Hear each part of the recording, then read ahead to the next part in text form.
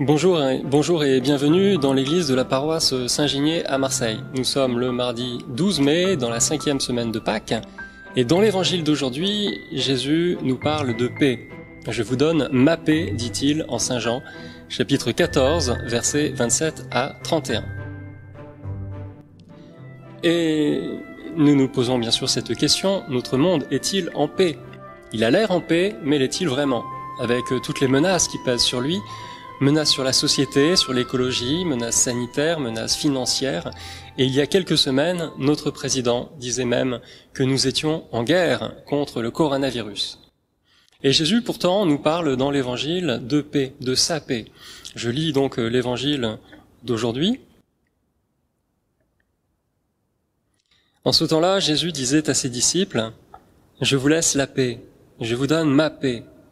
Ce n'est pas à la manière du monde que je vous la donne. Que votre cœur ne soit pas bouleversé, ni effrayé. Vous avez entendu ce que je vous ai dit, je m'en vais et je reviens vers vous. Si vous m'aimiez, vous seriez dans la joie, puisque je pars vers le Père, car le Père est plus grand que moi. Je vous ai dit ces choses maintenant, avant qu'elles n'arrivent. Ainsi, lorsqu'elles arriveront, vous croirez. Désormais, je ne parlerai plus beaucoup avec vous, car il vient, le prince du monde. Certes, sur moi, il n'a aucune prise, mais il faut que le monde sache que j'aime le Père et que je fais comme le Père me l'a commandé. » En hébreu, c'est le mot shalom. La paix, c'est le mot shalom. C'est plus que la paix sociale ou la paix politique. C'est infiniment plus aussi que la pax romana que connaissait l'Empire au temps de Jésus. Shalom, c'est une plénitude, c'est le fait d'être complet, une harmonie de l'homme avec lui-même et avec son propre environnement, c'est quelque chose d'absolument total, shalom. Quand on se salue en Israël, on dit « la paix soit avec toi, shalom », et en arabe, on retrouve la même racine hébraïque, salam, et on dit « salam aleikum », on souhaite la paix à celui que l'on croise, on lui souhaite du bonheur, on lui souhaite d'être bien, dans tous les sens du terme. La paix, le shalom, va donc bien au-delà de la paix telle que nous pouvons la concevoir aujourd'hui, par opposition à la guerre, ou la paix en tant que pacte entre deux groupes. Allons un petit peu plus loin et ouvrons la Bible. La paix dans l'Ancien Testament est liée, nous allons le voir, à la présence de Dieu. La paix suprême sera atteinte quand Dieu sera présent au milieu de son peuple. Dans le livre d'Ézéchiel, au chapitre 37, verset 26, le prophète annonce que pour couronner cette alliance de paix que Dieu veut pour son peuple, le Seigneur se rendra lui-même présent. Et je cite, « Je conclurai avec eux une alliance de paix, une alliance éternelle, je les rétablirai, je les multiplierai, je mettrai mon sanctuaire au milieu d'eux pour toujours. Ma demeure sera chez eux, je serai leur Dieu, et ils seront mon peuple. » Et voilà que dans l'évangile, Jésus, en reprenant un petit peu ces paroles d'Ézéchiel, annonce la paix, sa paix. Et lui aussi, il fait le lien avec sa propre présence. Je cite, « Je vous laisse la paix, je vous donne ma paix, ce n'est pas à la manière du monde que je vous la donne. Vous avez entendu ce que je vous ai dit, je m'en vais et je reviens vers vous. » La paix, cette harmonie à laquelle on aspire tous, eh bien, on pourrait s'imaginer que c'est par nos propres efforts qu'on l'obtient, ou par notre travail, par l'argent qu'on accumule, par les sécurités dont on aime s'entourer.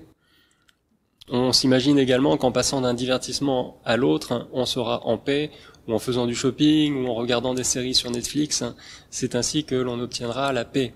On sera rassasié. Ça, c'est la paix qui s'obtient à la manière du monde, justement. Jusqu'au moment où on est rassasié de tout ça, gavé au bord de la nausée, et dans une frénésie de consommation, au comble de la suractivité, on finit par être écœuré et déçu.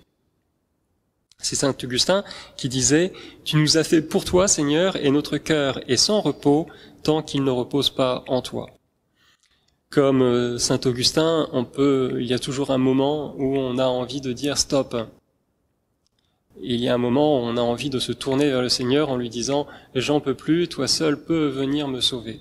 J'ai besoin d'un repos et d'un repos qui soit habité par ta présence, Seigneur. » On ne devrait jamais se satisfaire d'un petit bonheur et d'une paix bancale. La paix, la véritable paix, elle est totale, elle est celle qui vient de Dieu et qui nous tourne vers Dieu. Quand Dieu est présent, on est sûr que la paix est là et qu'elle règne. Il suffit juste de s'ajuster à Dieu et d'accueillir cette paix, en arrêtant de la chercher par nous-mêmes et par des activités qui vont justement nous sortir de nous-mêmes pour la trouver en nous et en Dieu. Nous continuons d'écouter maintenant Saint Augustin parce que c'est de cette paix dont il parle en disant, je cite, « Bien tard je t'ai aimé, ô beauté si ancienne et si nouvelle, bien tard je t'ai aimé. Et voici que tu étais au-dedans et moi au-dehors, et c'est là que je te cherchais. Et sur la grâce de ces choses que tu as faites, pauvre disgracié, je me ruais. Tu étais avec moi et je n'étais pas avec toi. Elles me retenaient loin de toi, ces choses qui pourtant, si elles n'existaient pas en toi, n'existeraient pas. » Cette paix, elle est donnée par Jésus. Il a vaincu le prince de ce monde par sa mort et sa résurrection, comme il le déclare à ses disciples dans l'évangile que nous venons de lire. Il nous a acquis cette paix si nous voulons bien être de ses amis, de ses alliés. Merci d'avoir regardé cette vidéo jusqu'au bout. Sous la vidéo, vous trouverez un bouton pour vous abonner.